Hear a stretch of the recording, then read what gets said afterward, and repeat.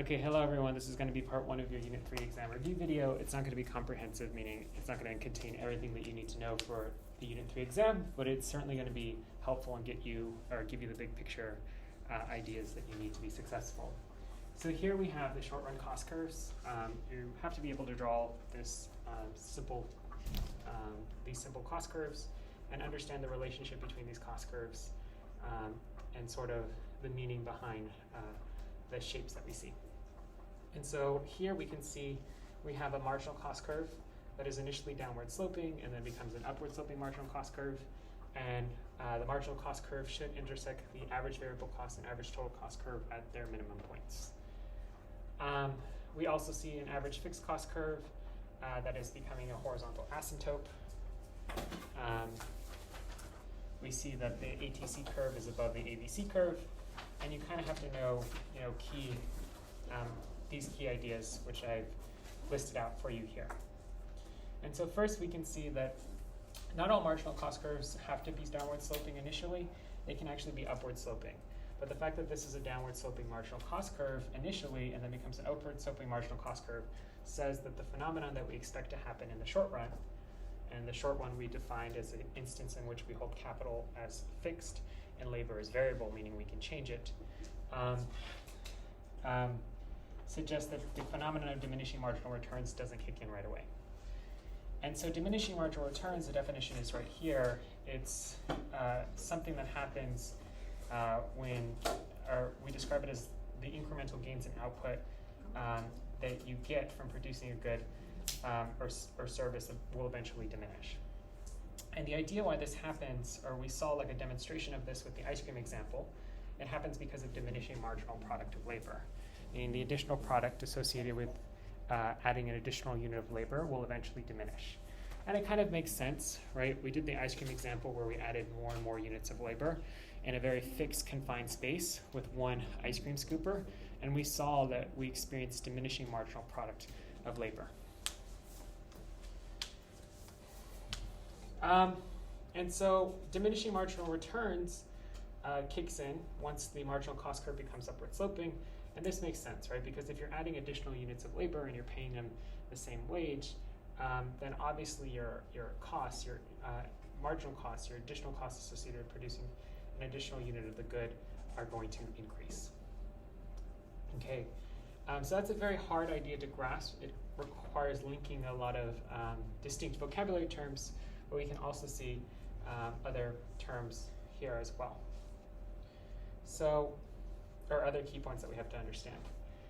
So the average total cost curve, which we can see the identity right here, average total cost equals total cost over the quantity of output, and average total cost equals actually average variable cost plus average fixed costs. And so average total cost is always going to be above average variable cost, and we can see here that the distance between ATC and ABC actually gets smaller and smaller. And the reason this happens is because the distance between the two is obviously average fixed costs. But your fixed costs are something that you pay that don't vary with output. And so as you produce more and more, your fixed costs, your average fixed cost should get smaller and smaller because you're dividing a number that is going to remain constant by increasingly larger numbers.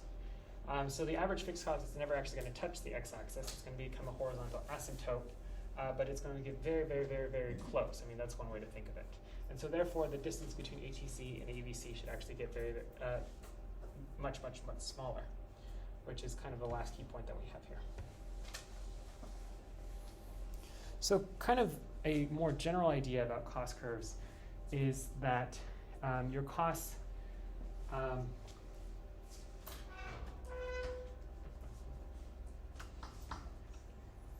or kind of why we care about cost curves is because we can actually determine the profit maximizing output and actually think about what profits would look like or determine the profits using these cost curves. But first we're going to talk about long run cost curves.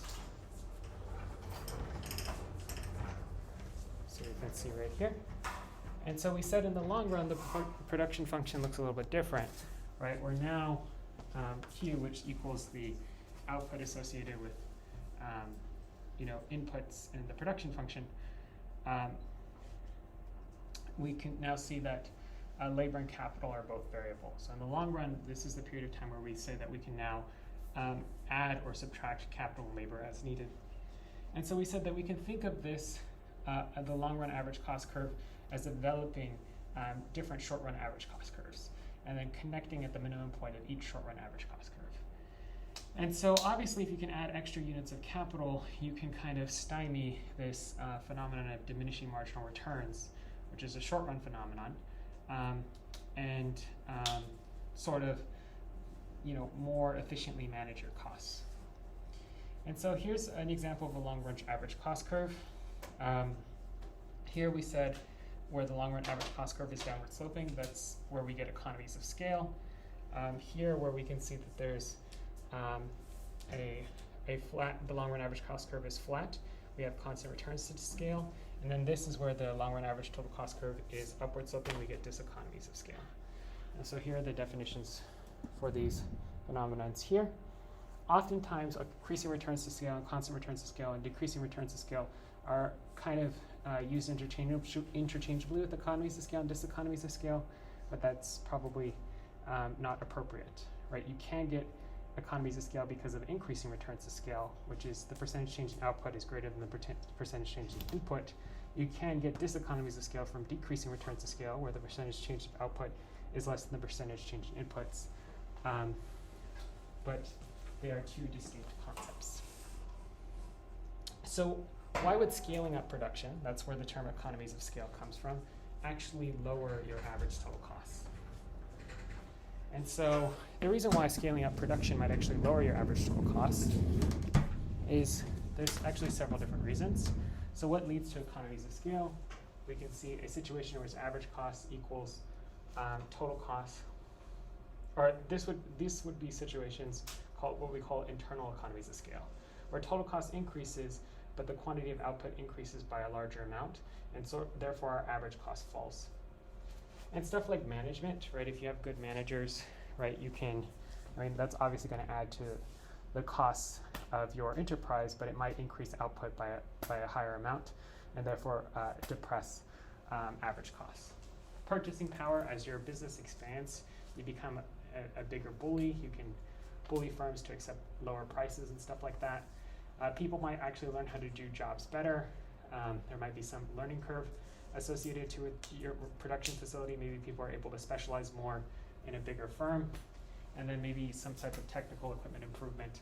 These are all examples of internal economies of scale, where the total cost increases, but the quantity of output increases at a higher rate, so therefore your average cost falls. And then external economies of scale would be a situation where the total cost falls.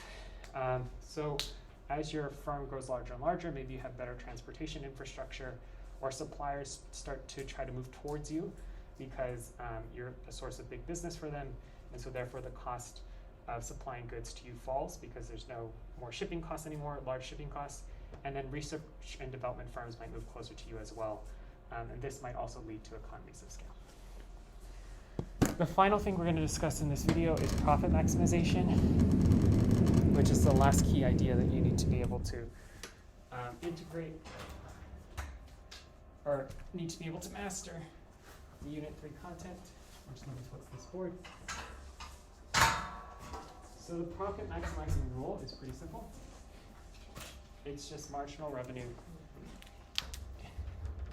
equals marginal costs. So I'm not going to go over this, but accounting profit versus economic profit, just know these things, and just know that when we talk about costs and profits in economics, we're talking about economic costs and economic profits. But here, our profit maximizing rule is going to be for a firm should produce at the intersection of marginal revenue and marginal costs. I'm not going to explain why in detail. We've already done this in class, but that's a profit maximizing rule that you need to know. Your marginal revenue curve is also, which is defined as the additional revenue you get from producing additional good, is also price. And so at this intersection, you go down to the x-axis, you can find the profit maximizing quantity for you. All right, that's part one.